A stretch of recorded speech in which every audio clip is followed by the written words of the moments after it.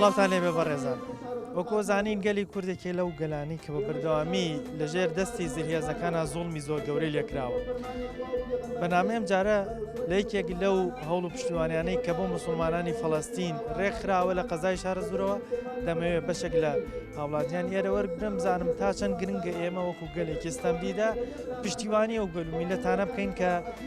لە ئێستاە لەژێر زوڵم و ستەمن. وەکو دەزانین لە پێشووتر شاعیرە گەورەکانی گەلی کوردستان وەکو کامران موکری کە پشتیوانی لە گەلی جەزایر کردووە کە لە ژێر داگیرکاری فەڕەنسیەکانە بۆ یاخود گۆرانی شاعیر لە شێعرەکانیا پشتیوانی لە ڕەشپێستەکان کردووە کە بە بەردەوامی لەلایەن زلهێزەکانەوە زوڵم و داگیرکاری بەرامبەریان کراوە. بەنامەیەم جارە لەگەڵ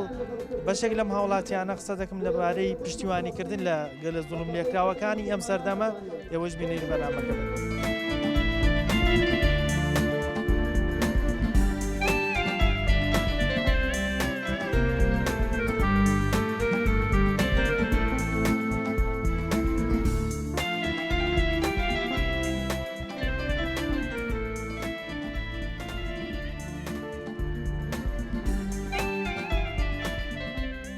مامزە زایر ئێمە وەکو گەلی کورد گەلێکی ستەمدیدە و ستەم لێکراوی تا چەند گرنگە خۆمان بە هاوخەمی و میلەتانە بزانین کە لە سەردەمی ئێستاە وەکو گەلی فەڵەستین زوڵم و ستەمێکی زۆریان لێک. ڕاستیە قسەیەگەی ئەڵێ دەردەدارێ بەقەی حەکیمێک زیاتری لێ ئەزانێت. ئەمە گەرتۆ بە کللتوری ئێمە مانای ئەوەی هەر کەسێکە خۆی خاوەنی کێشەیەکە گرفتێکە باشتر ئەتوانێت گزارش بکاو لەوەی کە خۆی لە دوورەوە قسەکە. بۆیە ئەمە میلەتێکین کە میلەتێکین بەردەوام لەژێر ناسنامەی نەتەوەیی کللتوری ئاینی هەموو ئەمانە چاوسێنراوێتەوە. ئێستا لە هەر شوێنێکی دنیا ئەگەر کەسێکە بێ بە هەر ناونیشانێک ئەگەر ئەم ناونیشانی ئاینی بێ ناونیشانی نەتەوەی بێ ناونیشانی عرقی و ڕەگەزی بێ چاوسانەوەی بەرامبەر بکرێت ئێمە لە هەموو کەس زیاتر هەستی پێکەین. چونکە ئێمە میلەتێکی موسڵمانین کوردیشین. ئێمە وەکو کورد ئەنفال کراوین بە ناوی ئاەتێکی قورئانیشەوە. یعنی لە یەک کاتا ناسنامەی نەتەوەیمان خراوەتە ژێر پۆستاڵ و زەبر و زەنگی بەعەز بە ناوی ئاینەکەشمانەوە. بۆیە ئێستا هەر شوێنێک لە هەر جێگەیەکی دنیا ئەگەر خەڵکانێک هەبن زوڵمیان لێ بکرێ ئێمە لە هەموو کەس زیاتر توانین تعبیری لێ بکەین و گزارشی. مامۆستا تا چەند گرنگە تاکی کورد هەم دوژمنەکانی خۆی بناسێ هەم لە شعری بەشێک لە شاعیرەکانی یانی شاعیرە گەورەکانیش هەمیشە بە شیعرەکانیان پشتیوانیان لەو گەلە ستەم لێکراوانە کردووە. تا چەند گرنگە تاکی کورد بزانێت کێ دوژمنیەتی وەکو بینی لە ئێستاە پشتیوانێکی ناڕەوا لە حکومەتە زلهێزە دەسەڵاتدارەکانە کرێ کە زوڵمی شەکە. ڕاستیەوە کۆی بزانی کێ دوژمنە زۆر گرنگە بۆ ئەوەی بزانی ئامانجەکان و بەرەوکیەوە ئەچنەبێ بزانی دوژمنەکانت کرد و بزانی دۆستەکانیشت کرد. لەو چوارچێوەیە تۆ گزارش لە ئازارەکانی خۆت لە مافەکانی خۆت ئەگەر ناوی بنێن ئازاریش گزارشی لێ بکەن. لەبەرەوەی گرنگە ئێمە بزانین دۆستەکانمان کێن و دوژمنەکانیشمان کێن و ئیتر ئەگەر بە دڵنیاییوە ئێستا ئەم قەزەیە تا ڕادەیە مۆرکێکی سیاسیشی وەرگرتووە کۆمەڵە خەڵک یاری سیاسیەکەن لەسەر ئەم بابەتە. زۆر ئاساییە وڵاتێک هێزێکی دەرەکی بێخسە لەسەر ئەمە بکە بە شێوەیە لە شێوەکانی تر شتێکمان پێفرۆشێتەوە. ئەمە یەکەم جار نیە ئەم شتانە بە ئێمە فرۆشێتەوە. چەندین جاری تر ئەم شتانە بە ئێمە فرۆشراوەتەوە بەڵام گرنگە ئێمە هەمووەکو کورد هەمووەکو خەڵکی خاوەنی ناسنامەی ئیسلامی بزانین کێ دوژمنانەوە کێ دۆستمان. کۆتا پرسیار ئەو گەلانە وەکو گەلی کورد و گەلانی تریش کە لە ئێستای زوڵمیان لێکرێ بەچی نەجاتیانە بێ بەچی ڕزگاریانە بێ لەم زوڵم و ستەمە گەورەی کە لێیانە. هەمیشە وتومانە بەداخۆی ئێمەوەکو کورد بە تایبەتی لە کللتوری ئەمە زۆر باوە بەڵام کەمترین سوودمانەوە یەکگرتن و یەکڕیزی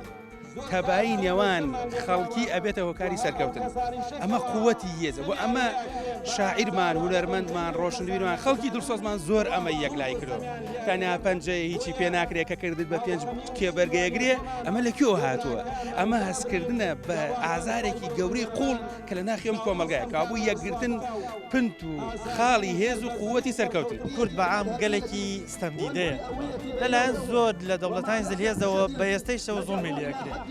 تا چەند گرنگە ئێمە وەکو گەلێکی ستەمدیدە پشتیوانی لەو میلەتانە بکەین وەکو میلەتی فەڵەستین و زۆر میلەتی دیکە کە لەم سەردەمایە زوڵم و ستەمیان لێ. بەڵێ سەرەتا بە خێراتنی جەنابتانەکەم بەڵێ بەڕاستی ئەمە یەکەم کێشەی قودس مەسجد الئەقسا کێشەیەکی ئاینیە کێشەی غەزەیش کێشەیەکی بەڕاستی ئینسانی و ئەخلاقی و ئاینیە لە هەمان کاتا کێش ئێمە وەکو میلەتی کورد میلەتێکی ستەم لێکرا و زڵم لێکرا بووین ئەو یعنی ئێمە ئەتوانین لەو معانات و ناڕەحەتیانەی کە بەسەر غەزات و ئێمە لیان تێبگەن بەڕاستی بەشە ئاینەکەیش نەبێ وەکو بەشە ئینسانیەکە بەشە ئەخلاقەکە ئێمە بێ هاوسۆز و هاوخەمیان بین خۆشبەختانە ئەمڕۆ لەگەڵ هاوسۆزی و هاوخەمیە دڵخۆشیشین حەقی احتیفالیش بگەرن کە سوپاس بۆ خوا لوتی سوپای داگیرکەری ئیسرائیل لە ئەمڕۆ شکا و ئاگربەسی ڕاگەیانە تاکلایانە ئێمە لە هەمان کاتا هاوخەمی و هاوپەژارەی خۆمان دەرەبڕین دڵخۆشین ئەلحەمدوللا بەوەی کە سەرکەوتن و نوسرەتیان بەدەستێنە سوپاس. سال لە پێشووترا هەندێک لە شاعیرە گەورەکانی کورد بە شعرەکانیان پشتیوانیان لەگەلی ینی گەلەستان ملێکراوەکان کردووەکو کامەران موکری کە پشتیوانی بە شعرەکانی پشتیوانی لەگەلی جەزایرەکە کە لەژێر دافلۆستینی حکوومەتی فەڕەنسی و کاتەیە بووە تاشان گرنگە تاکی کورد هەم دوژمەکانی خۆی بناسێ هەم خۆی بە هاوخەمی ئەو گەلەستەم لێکراوانش بزان. بەڵێ زۆر تەواوە ئێمە وەکو عەرزم کردی چونکە گەلێکی نستەممان لێکراوە مێژومان پڕە لە ستەم و داپڵۆسین و زڵم لێکردن گرنگە ئێمە هاوخەمی و هاوسۆزیمانە بێ بۆ هەر میلەتێک مەهماکان هەر دینێکی هەیە هاوخەمی و هاوسۆزی خۆمانیان بۆ دەربڕین ئەمە بەشێکە لە هۆشیاری بەڕاستی ئێمە نەوەک تەنها بۆ خۆمان دەنگمان لێ بەرز ئەبێتەوە هاوار ئەەکەین بۆ خەڵکی تریش هاوخەم و هاوسۆزین و ئەوە بەشێکە لە هۆشیاری تاکی کوردی بۆیە پێویستە و لە جێگەی خۆیاتی و ئەبێ بڵێ کۆتا پرسیار پێ دوایە بە چ جۆرێک ئێمە توانین لەم ستەم و زوڵمەی کە لە ئێمە و لە گەلانی تری ژەکرێ ڕزگارمانە بێ کۆتایی بە زوڵم و ستەم دیەکە لەسەرمانەکرێت ئەبێ چی بکەین؟ بڵێ حەزەکەم ئەوە بڵێم ئەم گردبوونەوە و هاوسۆزی و هاوخەمی دەربڕینی ئینسان بەکەمی نەزانێ ئەتوانم بڵێم بەشێک لە شکستی ئیسرائیل لەو دەنگە زوڵاڵە ناڕەزایە جیهانێت کە دروست بوو لە هەموو لایەکە و لە سۆشیال میدیا و لە فەزایەتە بەڕاستی کاریگەری هەبوو ئەمەش بەشێکە بەڕاستی ئەم هۆشیاری تاکی کوردی خەڵک وشار بێتەوە حکوومەتی ئێمەش بەڕاستی ئەو زڵمەش کە لێ ئێمە کرێت وڵاتانی دەوروبەر کە بزان خەڵکی ئەمە وشیارە و خەمی مسلمانێکی دووری خۆیەتی ئەزانێت کە ئەو خەمە پەنگی خواردو لە ناخی خۆیان ڕۆژێک ئەو خەمە هەر بەدەنگ نابێت لەوە کاردانەوە و تەقینەوەی لێ بخورخێت. جەناب دۆکو کچە کوردێک دەزانی کە گەلی کورد هەمیشە گەلێکی ستەم لێکرا و ستەم دیدە بووە تا چەند گرنگە ئێمە وەکو ستەم لێکراوێک پشتیوانی و گەلانە بکەین کە ستەمیان لێکرێ بە ناڕەزایەتی بیاخود بە هەر شتێک بێت کە لە دەستمانەوێت. بە خۆشحاڵی و ئەمڕۆ لە شارەزور لە قەزای شارەزور گردبوونەوەی ڕێکخرا بۆ پشتیوانی لە خوشکان و برایانمان لە غەزا دوو خاڵ گرنگی ئەنجامدانی ئەم جۆرە گردبوونەوەنە مسۆگەرەکە یەکەم لەبەرەوەی ئێمە وەکو کورد گەلێکی ستەم لێکراوین وەکوی جەنابی شاماژەر پێدا دووەمیش لەبەرەوەی ئێمە هەمومان مسلمانێکی کوردی و ئێمە مسلمانان لە جیهانە هەمومان پارچەیەکی چۆن ئەندامەکانی جێستە ئەگەر یەک ئەندامیش ئازارێکی بێت خاڵ ئەندامەکانی جەستە ئازارە چێژ بێگومان مسلمانان لە هەر شوێنێکی ئەم جیهانە ئازار و ناڕەحەتی و مەینەتێکیانە بێ بۆ ئێمەش هەر ئازار و ناڕەحەتی و مەینەتیە یا ڕەب العالەمین پشتی سوپای بێشوماری یەهود بشکێنە ئینشاءالله سەرکەوتن هەر بۆ ئیسلام. وەکو زانین ئێمە شاعیرە گەورەکانمان لە پێشووترە هەمیشە بە شعرەکانی پشتیوانی گەلانی ستەم لێکراویان کردووە ئێمە وەکو کورد وە تاکی کورد تا چەند گرنگە دوژمنی خۆی بناسێ ئەگەر دوژمنەکەی زلهێزیش بێ ینی جۆرە لە جۆرەکان بزانێت کێ دوژمنێتی و کێش دۆستێت. بەڵێ بە خۆشحاڵیەوە لە بواری هونەر و شیعرەوانەش لەم ماوا بینین زۆرێک لە هونەرمەندان بابەتی هونەریان با بڵین بەرهەمی هونەری تایبەت بە خۆیان لە دژی داگیرکاریەکانی غەزە بڵاو کردەوە بە خۆشحاڵەوە لە زۆربەی لە کۆڕ و کۆبوونەوەکانە لە زۆر لە گردبوونەوەکانە بە شێوەی پەخشان بە شێوەی شیعر پشتیوانی خۆیان دەرەبڕی بۆ خوشکان و برایانمان لە غەزە مەشرەگایکی باشە بۆ گەیاندنی پشتیوانی. کۆتا پرسیارم بەچی لەم زوڵم و ستەمەی کە ئێستا لە ئێمە و گەلانی ترەکە ڕزگارمانە بێت ئەبێت چی بکەین تاکی کورد دەبێت چی بکات تاوەکو کۆتایی بەم زوڵم و ستەمەنە بێن کە لەسەری گەلەکەمان وشیاری ناسینی دۆست و دوژمنەکانی خۆمان کە بەتاخەوە ئەتا بڵێم ئەم خاڵە کەمێکەکرا لەناو کووردا بەڵێ وشیارێکی کەم هەیە وشیارێکی کەم دۆست و دوژمنەکانی خۆمان باش ناناسین قسڵاکەین قسەی زلمانە بەڵام کردەوەمانە بەداخەوە بەناوی خوا ئێمە وەکو مسلمان وەکو میلەتێکی ستەم دیدەی وەکو میلەتێکە چەساوەتەوە بەدەستی زاڵمانەوە لە هەست و نەستی خەڵکی ستەم دیدەکرا و باشتی ئەگەین و ئێمە نسبەت بە گەلی فەڵەستین و خەڵکی غەزا یعنی کەمترین مەسئولیات یەکەمترین ئەرکێ جێبەجێمان کردبێ ئەمە بۆ کاتوی ناڕزاییمان دەربڕیوە لەوە چی ئەمە بۆ تەرازوی دنیا شتێکی وانە بێ بەس ئەمە هەڵاگرم بۆ قیامەت پشتیوانی بەخوا ئەمە هەڵاگرم بۆ قیامەت و دیفاعەکەم ئەڵم خوایان تۆ بەشایەت بە ئەوەی پێم کراوە خەڵکی کە هەیە جگەلەوەی کە دیفاع لەو مەزلومانە ناکە خۆشحاڵەوەی کە خۆ ئاماکرێن خۆشی بە مسلمان نەزانێ ئێمە سوپاس بۆ خوایە لانی کەمەکەی لەو زاڵمانە نین ئێمە قودس قیبلەی یەکەممانە قودس و فەڵەستین شوێنی پێغەمبەرانە وە خەڵکەکەی خەڵکێکی مسلمانە خەڵکێکی سیستەم لێکراوە ئێمە هاتووی بە پشتیوانی ئەوە باشە مامۆستا و کۆزانین ئێمە لە شاعرە گەورەکانی کوردیش هەمیشە بە شعرەکانە پشتیوانیان لە گەلی ستەم لێکراوان کردووە تا چەند گەرنگە تاکی کورد هەم دوژمنەکانی خۆی بناسێ هەم پشتیوانی لەو گەلە زوڵمی لێکراوانەیش بکاکە لە ئێستای سەردەمی ئێستا زوڵمیان دێت ئەوەی کە شاعیرەکانی ژوتیانە بن بە کورتە شعرێکی شاعیرێکم لە بەرەکە زوو باسی فەڵەستینەکە ئەڵێ فەڵەستینی خۆڕاگر وڵاتی گولە و ئاگر خۆشم ئەوەی وەک ئێرە مەبەستی کوردستانە وڵاتێکی دلێرە دوژمن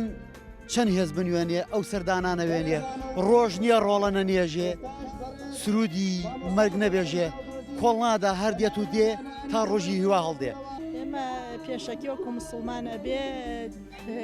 پشتیوانی لە هەموو قەوم و نەتەوەی بکەین کە زوڵمیان لێکێت چونکە زوڵم چ لە مسلمان کرێت لە غەیرە مسلمان کرێ هەر زوڵمە مە ئێمە وەکو کورد خۆمان زوڵم لێکرابین ئەبێ دائیمە لەگەڵ زوڵم لێکراوانە بین چونکە ئێمە بۆ پشتگیری لەو خوشک و برانەمان لە قودس ئەبێ بە ئەمە بچووکترین هەڵوێستە کە ئێمە لە ئێرە ئەی نوێنین ئێمە هەر ئەمەمان پێ ئەکری ئەنجا کوردیش بە بەردەوامی لە تەک تەم زوڵمی لێکرا و دژی ستەم و زڵم بووە وەکۆزانی لە ئێستاە ینی دوژمنانی گەلی کورد و دوژمنانی گەلانی مسلمان زۆرن تا چەند گرنگە تاکی کورد و تاکی مسلمان دوژمنەکانی خۆی بناسێ ئەگەر زلهێز و دڕندەش کورد ئەبێ هەموو کاتێ دژمنی خۆی بناسێت ئەگەر مەگە خۆی گێلکا لە کورد دژمنی خۆی نەناسێ نا دژمنانی کورد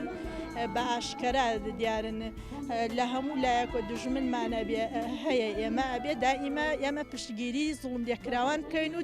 دژی زاڵمان بین بۆ تا پرسیارم بەچی ڕزگارمانە بێ لەم زوڵم وستەمەی کە لە ئێمە و لە گەلانی مسلمانەکرێت بەڵێ ئەبێ ئێمە پێش هەموو شتێ یەک ڕێز بین هەتا یەک ڕێز و یەک هەڵوێست و یەکگرتو نەبین ناتوانین خۆمان ڕزگار بکەین لە یەکگرتو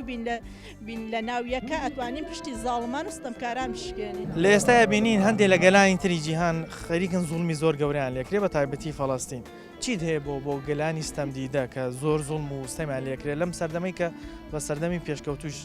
حسێبک بسم الله الرحمن الرحيم الحمد لله والصلاة والسلام على رسول الله وعلى آله وصحبه ومن والاه سرتا إداني همو أوكم الكجانا أكين كسهويني في هلاسي لا غزة ولا أقصى ولا مسلماناني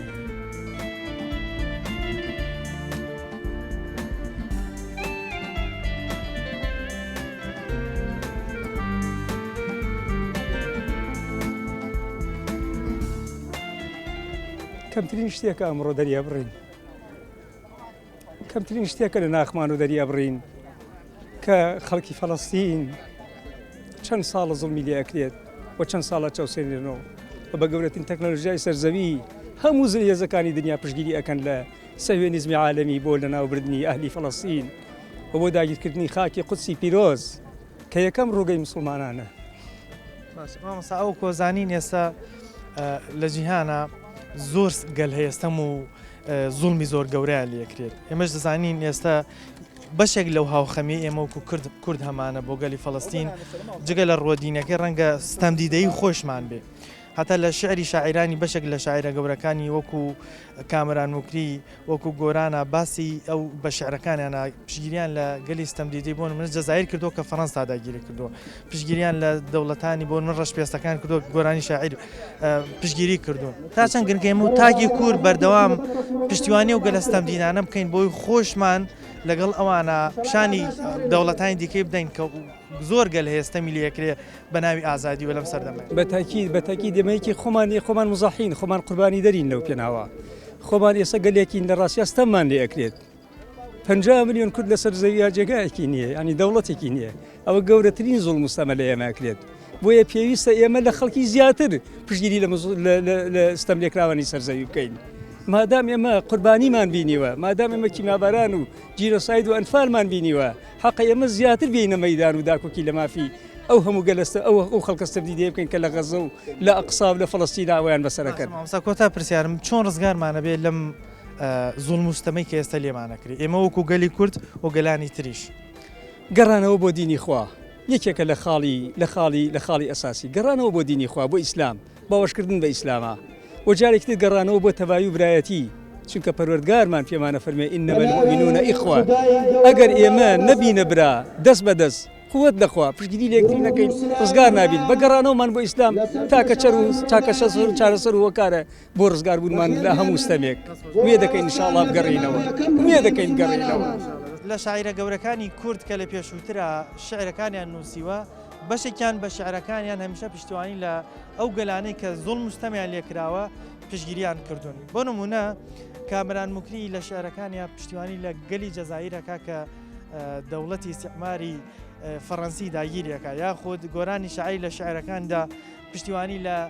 گەلانی ئەفریقیەکە یان ڕەشپێستەکانەکە کە لەلایەن زلهێزانەوە زوڵمان لێکرێەوە بە ئێستەیشەوە زوڵمەکان هەر بەردەوامە لەبەرەوە ئێمە وەکو کورد هەم شاعیرەکانمان و کەڵەپیاوەکانمان هەمیشە پشتیوانی گەلانی زوڵم لێکرا و ستەم لێکراویان کردو هەم ئێمەش ئەرکی ئاینی سەرشانمانە کە بتوانین ئەگەر هەر شتێک لە دەستمان بێ بەرامبەر ئەو زوڵم و ستەمەی لە خۆمان و گەلانی تریش ئەکرێ پشتیوانی دەربڕین و بتوانین بە جۆرە لە جۆرەکان ڕێگری لەو ستەمە بکەین. ئێمە بەردەوامە بین وەڵامەتی لای ناوبڕێکەوە گەڕێنەوەلا.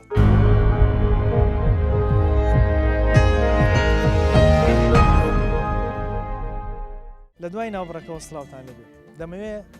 بەشێک لەو گردبوونەوەی کە بۆ پشتیوانی گەلانی فەڵەستین نەکرێ ڕای بەشێک لە هاوڵاتیان وەرگرم بزانم تا چەند گرنگای مەوکو کورد کە بە بەردەوامی زلهێزەکان زوڵم و ستەمیان لێکردوین بتوانین پشتیوانی ئەو گەلە ستەم لێکراوانە بین چۆن لە شعری شاعیرەکانمانە پشتیوانی گەلانی ستەم لێکراو کراوە ئێمەش بە هەمان شێوە پشتیوانی ئەو گەلانە بکەین کە زوڵمیان لێکرێ ناڕزایی دەربڕین ئەوەی پێمانەکرێ بەرامبەر ئەو زلهێزانە و پشتیوانیکردن بۆ ئەو گەلە ستەم لێکراوانە بیکەین.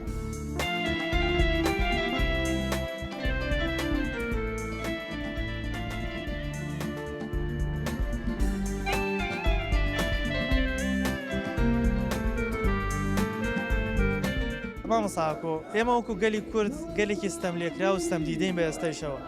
تا چەند گرنگە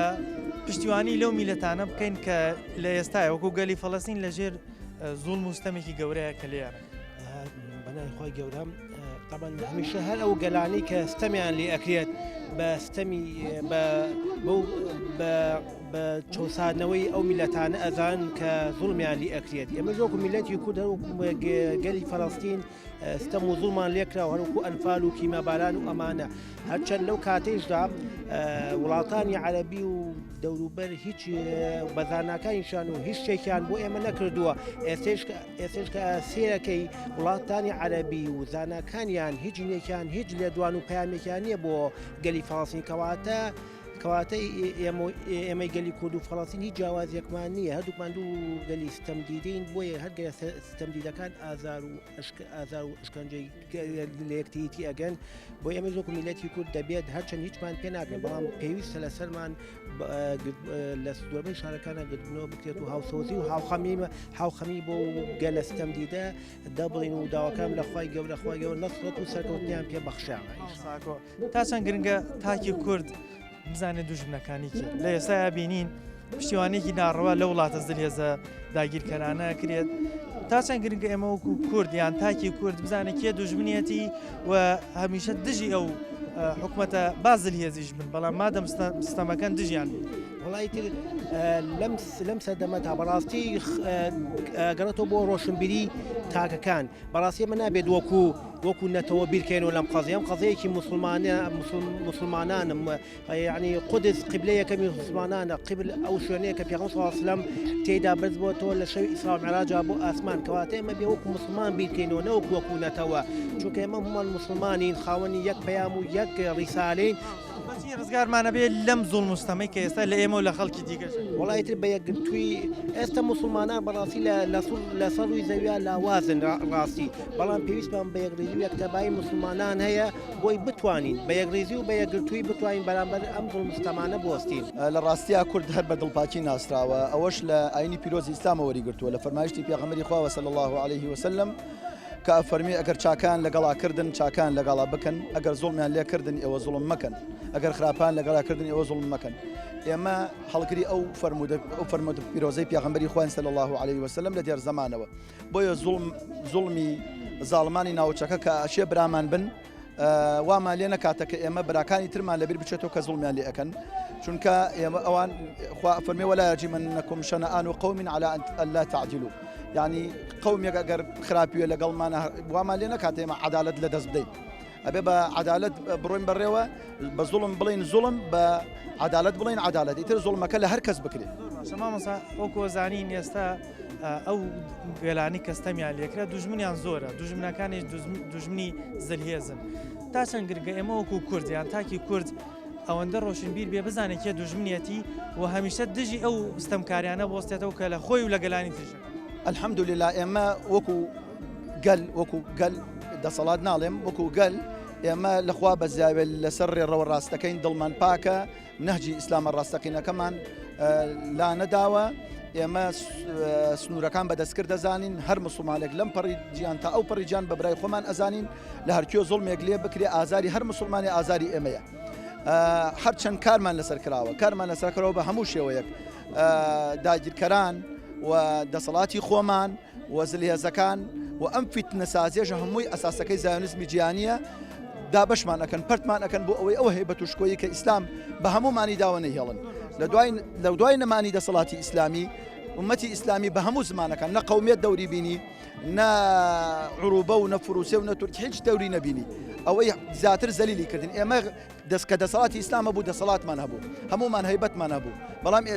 نەبانی دەسەڵاتی ئیسلام هەمومان هەیبەتمان نەما بە هەموو زمانەکان. تا پرسیار بەچی ئەم گەلانە ئێمە وەکو کورد و گەلانی تریش ڕزگارمانە بێ لەم ستەم و زوڵمە زۆری کە ئێستا لێمانەکە وەڵا بەگەڕانەوە بۆ ئاینی پیرۆزی ئیسلام بەگەڕانەوە بۆ ئاینی پیرۆ ئیسلام ئەو ئاینەی کە هەمومان یەکخستووە نحن قوم أعزنا الله بالإسلام فإذا بەڵێ عزتي إسلام عزتي پێداوین ئیسلام عزتي پێداوین کورد هەویەی نەبووە کورد ژێردەستەوە بووە کورد هەر ناوی نەبووە پێشی ئیسلام کە ئیسلامات هەویەی پێدان ناسنامەی نەتەوەی بوونی پێبەخش حدینی ئەوی بۆ دروست کرد ئەدیب و قوزات و علەمای گەورەی پێشکەشی عالەمی ئیسلامی کرد ئێمە خاوەنی سەدان زانا و قوزات و ئەدیبانی لەم لە جیهانە هەمووی بەهۆی ئیسلامەوە بوو ئەگەر ئیسلام نەبووایە ئێمە ژێردەسەی ئاگرپەرستەکان بووین کە هەویە و ناسنامە و هەموو کەرامەتمان خستویانە ژێر پێوە. ئێمە وەکو مسلمان دەبێت لە هەر شوێنێکی ئەم جیهانە مسلمانێک ئازاری پێ بگا بە ئازاری خۆمانی بزانی ئێمەش ئێمە دینەکەمان وامان پێ دەڵێ ئەبێ خۆی گەورە فەرمی هەمومان وەکو یەک براین خوشکی یەکین لەکوێ لە سەری دنیا بۆ ئەو سەری دنیا مسلمانێک زۆڵی بەرامبەر بکرێ بە هی خۆمانی ئەزارین و پێویستە وەکو مسلمان کە ئەوە کەمترین شتە ئێمە بتوانین بەرامبەرێک ئێستا مسلمانانی غەزە بکەین دێن لێرە خۆ پیشاندانی نەکەین دەستمان پێ ناگا بە هیچ شێوێک هاوکاریان بکەین ئەمە ئەو پەڕی بڵین ئەزعەف الئیمان ئێمە ئێستا لێرە هاوکاریەک بچووکترین دەربڕینێکە کە بۆ ئەوانەکەی هەروەکو زانین ئێمە لە مێژووە گەلی کورد خۆی ستەمی زۆر لێکراوە و شاعیرانی کوردیش هەمیشە ئەو گەلانی ستەمیان لێکردووە ستەمیان لێکراوە بە شعرەکانی پشتیوانی و گەلانەیان کردووە وەکو کامران موقی وەکو گۆرانی شاعیر تا چەند گرنگە تاکی کورد دوژمنەکانی خۆی بناسی ئەگەر وڵاتە زلهێزەکانیش بێت تاوەکو ڕزگاری بێ لەو زوڵ مستەمەی کە لە گەلەکەیەکە بە تاکیدەوە پێویستە بۆ هەموو مسلمانێکەوە دۆست و دوژمنی خۆی بناسێ بە یەکگرتنی مسلمانان بۆ ڕوونە بێتۆ کێ دڵسۆستە کێ دوژمنتە ئەگەر مسلمانان لە هەموو شوێنێکی ئەم جیهانە یەکگرتوو بن یەک دەست بن یەک هەڵوێز بن هیچ کەس ناتوانێت زەفەریان پێبێنێ و دوژمنایەتیان بکات ئەگەر مسلمانانی سەر زەوی ئەو یەکگرتوویە دروستکەن جارێکی تر زوڵم و ستەم لە هیچ دەوڵەتێکەوە لێ بە تەکید قووە بۆ ئیسلام ئەگەڕێتەوە سەرکەوتن بۆ مسلمانان ئەگەڕێتەوە بە یەکگرتنی مسلمانان لەسەر تاسەری جیهان ئەمە ناکەین لە خوای گەورە کۆتا ناخۆشی مسلمانان بێ لە غەزە و سەرتەم لە هەموو جیهانی ئیسلامیشە خۆی لە ڕاستیدا یعنی هیچ گەلێک ئەگەر ئاگای ستەم نەزانێت گەلی کورد ئەبێ زیاتر لەگەڵ پشتی ستەم لێکراوان بگرێ و بەرامبەری زاڵمان بۆستێت ئێمە گەلێکی زوڵممان لێکراوە ئێمە گەلێکی ستەممان لێکراوە ئێستا بەداخەوە ئەبینین ڕژێمێکی سەهوێنی داگیرکرد وەک جوولەکە بە ئاسن و بە بۆمبا و بە تێنتیدا ئەبارێنێ بەسەر کەرتی غەزە کە لە شوێنێکی بوقعەیەکی جوگرافی بچووکدا قەتیس بوون بەداخەوە ئەم هەموو مسلمانە ئەم هەموو وجدانە تا ئێستاکە بە شێوەیەک کە شێوەیەکی شایستە بێ نەچوون بەدەم مسلمانانەوە حەق بواە ئێستاکە نەک ئەم گردن بوونەوەی لە هەموو شار و شارۆشکەکاندا ئەم گردبوونەوە ئەم ناڕەزایانە بە شێوەیەکی متەشەدید بکرایە کاک شەخسامان ئەو کۆزانین ئێمە شاعیرە گەورەکانیشمان لە پێشووترە بە شعرەکانیان هەمیشە پشتوانی گەلانی ستەم لێکراویان کردووە تا چەند گرگە تاکی کورد دوژمنی خۆی بناسێ با دوژمەکەشی زلهێزێک بێ بەس بزانێ کێیە کە هەر ئەم زلهێزانی ئێستا زوڵم لە گەلی فەڵەستین و پێشووتر و بە ئێستەی شەوە لە گەلی خۆشمانی بەڵێ بە تاکید ئێمە هەمومان وەک گەلی کورد ئەبێ شتێک بزانین ئەو جوولەکە و ئەو گاور و لەگەڵ مەسیحێدا چ زوڵمێک لە فەلەستین ئەکەن هەمان ئەوان ژار هەمان زوڵمە کە لە گەلی کوردیان کردووە ئێمە نەتەوەیەکی گەورەی وەکو کورد لەگەڵ نەتەوەیەکی گەورەی وەکو عەرەب بە تایبەتی فەلەستین هەردووکمان مەزڵومین یعنی سەهوێنی گەورەترین زوڵمی لە ئێمە کردووە بەریتانیا لە ساڵی کۆتایی جەنگی جیهانی دووهەمەوە و بیدایەتی یەکەمیشەوە ئێمەی بەشبەش کرد و دەوڵەتێکی جوولەکەشی لە 1940دا بۆ ئەوان دامەزران کە بوو بە لوویەک لە ناو ئومەتی ئیسلامیدا یعنی ئێستاکە دوو میلەت کە مەزڵومن میلەتی کورد و میلەتی فەلەستینن سامان کۆتا پرسیارم ئەم گەلەستەم دیدانە بە خۆشمانەوە بەچی ڕزگارمانە بێت لەم زۆڵ مستەمەی کە ئێستا لێمانەکرێت چی بکەین تا جۆرێک بەهێز بین کە زەفەرمان پێنەم بەڵێ پرسیارەکە زۆر جوانە بەڵام ئێمە ئەبێت هۆشیاریمان هەبێت هۆشیاری ئاینی هۆشیاری نەتەوەیی لە پاڵ هۆشیاری ئاینەکەدا نەک ئێمە بە تەنها بزانین ئەگەر ئێمە وەکو گەلی کورد بە هۆشیاری نەتەوەیی ڕزگارمان ئەبێ شتیوانە ئەبێ هۆشیاری ئاینیمان هەبێت چونکە ئێمە دینەکەمان ئەوەمان لەسەر ئەوە ڕامان ئەهێنێ لەسەر ئەوە پەروەردەمان ئەکات کە هەرگیز سەر بۆ دوژمنان نەوی نەکەین ئەگەر بە سنگمان بەرەو پلانەکانی ئەوان بەرەو پێشەوە بچین هەرگیز پشتیان لێ نەکەین و ئێمە ئەبێت هەرگیز باوەڕ بە دوژمن نەکەین چونکە بەڕاستی وەک وتمان گاور و مەسیح هەرگیز لە میلەتان مسلمان یعنی ڕازی نابن حتا دینەکان نەگۆڕن و نەچنە سەر دینی ئەوان ئەوە فەرموتەی قورئانە ئێمە وەکو گەلی موسڵمان وەکو گەلی کورد کە هەمومان موسڵمانین ئازاری یەک مسلمان ئازاری هەمومانە نەک بڵین تەنها فەڵەستین بە یان شوێنێکی تر بێ لە هەر شوێنێکی جیان بێ ئەگەر مسلمانی هەست بە ئازارێکی کەمکە ئێمە لە دڵمانە ئازارە چێشین نەک لە ڕۆحمان بە هەموو ئازار و لە هەموو گیانمانە ئازارە چێشین چیت هەیە وەکو شعرێک باست کرد کە بۆ مزگەوتی ئەقسا و مەسجد الأقصا هاتە فەرموو کاتێک کە پێغەمبەری خوا صلی الله علیه وسلم ئەو بۆ لە طائف دڵی زوێر کرا کاتی لە طائف دڵی زوێر کرا لە جادی سپاس بەرباران کرا لای ڕەب العیزە ئەو داعوەت کرا بە هاوڕێتی جبریلی ئەمین لە مەکەوە چوو بۆ بەیت الأقصا بینی ئەڕواحی سەجەم ئەولیا بوو بە ئیمامیان لە نوح تا ئیسا 313 نەبی و پێغەمبەر گشتیانی بینی بە نەسی خەبەر لەگەڵیان دواجا خەیر البەشەر سەلات و سەلام لەسەر پێغەمبەر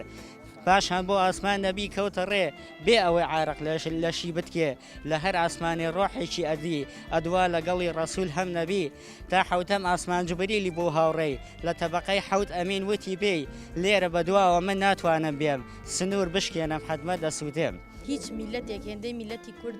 ئازار و چەوسانەوە و ناڕەحەتی و نامەتی نەبینیوە بەدەست دوژمنانیەوە بۆیە ئەوە میلەتی کوردە کە ئەبێ لە ناخێوە هەست بە ئازارەکانی گەلی فەڵەستین و غەزە بکات بەڕاستی نابێ هیچ میلەتێکی تر هێندەی میلەتی کورد هەست بە ئازاریان بکات ئێمە لە دوو ڕووەوە ئەرکی سەرشانمانە بۆ بەرگریکردن لە غەزە و لە قودس و لە گەلی فەڵەستین یەکێکیان ئەرکە ئەخلاقی و ئاینیەکەیە کە ئێمە قودس بە هی خۆمان نەزانین چونکە ئێمە میلەتێکی موسڵمانین قودس یەکەم ڕووگەی موسڵمانانە و پێغەمبەرمان محەممەد ڕضی خوای لەسەر بە سێ شوێن کە ئاماژەی پێکردە کۆچی بۆ بکرێتیان قودسە لەبەرەوە وەکو مسلمان ئەبێ بەرگری لێ بکەین یەکێکی تریشان وەکو میلەتی کورد لە ڕووی مرۆڤایەتیەوە ئەرکی سەرشانمانە و ئەخلاقیان ئەبینین کە میلەتێک زوڵمی لێ ئەکرێەوە خۆمان بینیومانە و جینۆساید و قەتڵ عام کرابین بینیومانە و ئازار و ناڕەحەتێ بۆیە ئێمەین کە هەستیان پێەکەین و لە ئازار و ناڕەحەتەکانی گەلی غەزە و فەڵەستین تێگەین. راز ساکر لە پێشووترا شاعیرە گەورەکانی کورد بە شێعرەکانی پشتیوانیان لەو گەلە سەملێکراوانە کردووە تا چەند گرنگە تاکی کورد دوژمنەکانی خۆی بناسێت تا بزانێ کێ دوژمنی و کێ دۆستێتی بۆی بزانێ بەرامبەر کێ وەستێ و ئەبێ دۆستی کێش زۆر ڕاستە ئێمە وەکو میلەتی کورد دەبێت دوژمنی خۆمان بناستین و هیچ کاتیش جوولەکە دۆستی کورد نەبووە نەک جوولەکە ئەسڵان هاوسۆزەکانی جوولەکەش دۆستی کوردنین دۆستی ئێمەنین لە باو باپیرانوانە بۆمان ماوەتەوە ئەزانین ئەمەی کە ئێستا دروست بۆ شتێکی تازەیە و نوێگەری و ئەیانەوەی بە حساب جوولەکە بکەن بە دۆستی ئێمە بەخوا هیچ کاتوانیە جوولەکە قەومێکی نەفرەت لێکرا و درۆزن و دووڕوون لەبەرەوە بە دۆستی ئێمە ناشێن ئێمە قەومێکی موسڵمانین هیچ کات ئەوان بە دۆستی خۆمان نازانین دیارە ئێمە وەکو گەلی کورد لە درێژایی مێژووە کە مرۆڤایەتی هاتووەتە سەر ئەرز کورد زوڵمی لێکەوەی کە و تاریخی ئێمە شارەزاییمان لێیە بە تایبەتی ڕۆم و فارس دوو گەلیستەمکار بوون بەردەوام زوڵمیان لە کورد کردووە لەو کاتەوە کە پێغەمبەری خوا صلی الله علیه وسلم پێغەمبەرایەتی بۆ هات لەو کاتەوە کورد الحەمدولله دەرکەوت و ئەو زوڵم و زۆرەی وردە و دەڕەوێ کاتێکە ئیسلام پەرەیسەن بڵاوە بووە کورد ئەوستەمەی لێمە بۆیە کورد ئێمەی کورد ئێمەی میلەتی کورد پێویستە لەگەڵ ئەو نەتەوە قەومانە بین کە زوڵمیان لێکرێ کە ستەمیان لێکرێ ئێتر ئەو قەومونەتەوانە هەر دینێکیان بێ هەرچ ئاینێکیان بێ وەیە ئێمە زوڵم و چەوساوی دەستی ستەمکارانی بە درێژایی مێژوو ئەوانەی کە خراپەکار بوون ئەوانەی کە زوڵمیان کردو ئەوانەی کە بەتایەتی لەم ڕۆژگا کە باز لە دیموکراسیەت و مافی مرۆڤ و عەلمانەتەکەی ئێستا ئەوانە لە چلەپۆپەی دەسەڵاتان ئەبینی لەم ڕۆژگارە ئەوانە زیاتر زوڵم لە خەڵکەکەن تەعادا لە خەڵکەکەن میلەتە چەوساوەکان زیاترە چەوسێنەوە مەسانەوزادۆک و ئۆزانی ئێمە ینی پێشووتر شاعیرە گەورەکانی کوردیش بە شێعرەکانی پشتیوانی گەلانی ستەم لێکراویان کردووە تا چەند گرنگە تاکی کورد دوژمنەکانی خۆی بناسێ ئەگەر دوژمنەکە زلهێزیش بێ ئەگەر هەرچەندە داپلۆسێنەریش بێ بزانێت کێ دوژمنێتی و کێش دۆستێت دیارە بۆکو دوژمن ئێمە میلەتی کورد ئەبێ ئەو دیدگایەمان هەبێ کە ئێمە دوژمنی خۆمان کێ وەکێن ئەوانەی دژایەتی کورد دەکەن وەکێن ئەوانەی کە میلەتی کورد دەچەسوێن ئەگەر دیقەت بدەیت لە مێژوویەکی نزیکە کێ کوردی کردە چوار بەشەوە تەمەن ئەوروپا ئەمریکا بەریتانیا دابەشی کردووە بەسەر کیا بەسەر تورک و فارس و عەرەبە یەکێک وەکو ئیسلام نەیکردووە هەتا ئەو کاتە ئیسلام دەسەڵاتی بووە تا سەردەمی خەلافەتی عوسمانەکانی کورد دەسەڵاتی هەبوو هەرێمایەتی هەبوو شکۆی هەبوو ڕێزی لێ ئەگیرا خاوەن بڕیار بوو دوایەتیان کە سەلاحەدینی ئەیوبی بوو کەچی دەسەڵاتێک بوو کە قوتشی ڕزگاکرد بۆیە ئەو زوڵمەی کە لە میلەتی کورد دەکرێت بە ناوی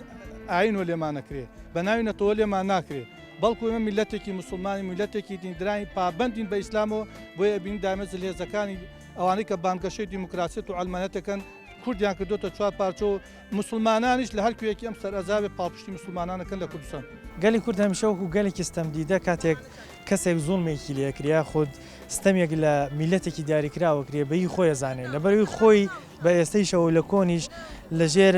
ئەو زوڵم و زۆرەی زلهێزانی جیهان بووە کە کوردیان کردو بە چەند پارچەیەکەوە بە ئێستەیشەوە دەوڵەتێکی پێڕەوانابینن لەبەرەوە ئەرکی هەمومانەوەکو کوردێک پێش ئەوەی ئەرکی ئاینیمان وێ وەکو کوردێک ئەرکی سەرشانمانە پشتیوانی گەلانی ستەم لێکرا و بکەین هەروەک چۆن لە پێشووترا شاعیرە گەورەکانی گەلی کوردۆک و کامەران موکری کە پشتیوانی لە گەلی جەزایر کردووە کە فەڕەنسا داگیری کردووە یاخود گۆرانی شاعیر کە لە شعرەکانی پشتیوانی لە ڕەشپێستەکانەکە کە لەلایەن سپی پێستەکانەوە زوڵمیان لێکراوە ئێمەش ئەرکی سەرشانمانە لە هەر شوێنێک گەلێک کەسێک زوڵمێکی لێ بکرێ ئەگەر مسلمان بیان غەیری مسلمان پشتیوانی لێ بکەین و دژی ئەو زوڵمشتەمە بوەستینەوە کە لێیەکرێت پامی ئەم جارەمان پێشکەش کردین تا بەرنامەیەک تو تەوەرێکی تر بەخوای گەورەتانە سپێرم خواتان لەگەڵ